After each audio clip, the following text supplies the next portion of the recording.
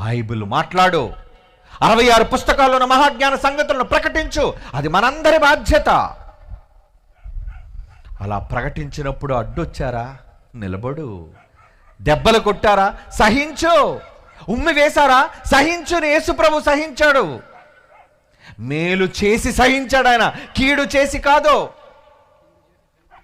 కీడు చేసి శ్రమ అనుభవించట కంటే మేలు చేసి కదా నువ్వు శ్రమ అనుభవించాలి. ఒకరి పేదవాడికి అన్నం పెడుతున్నందుకు నిన్ను కొట్టారా, అది మేలు కొరకైన శ్రమ. బట్టలు లేని వాడికి బట్టలు ఇస్తున్నందుకు నిన్ను దాడి చేశారా, అది మేలు కొరకైన శ్రమ.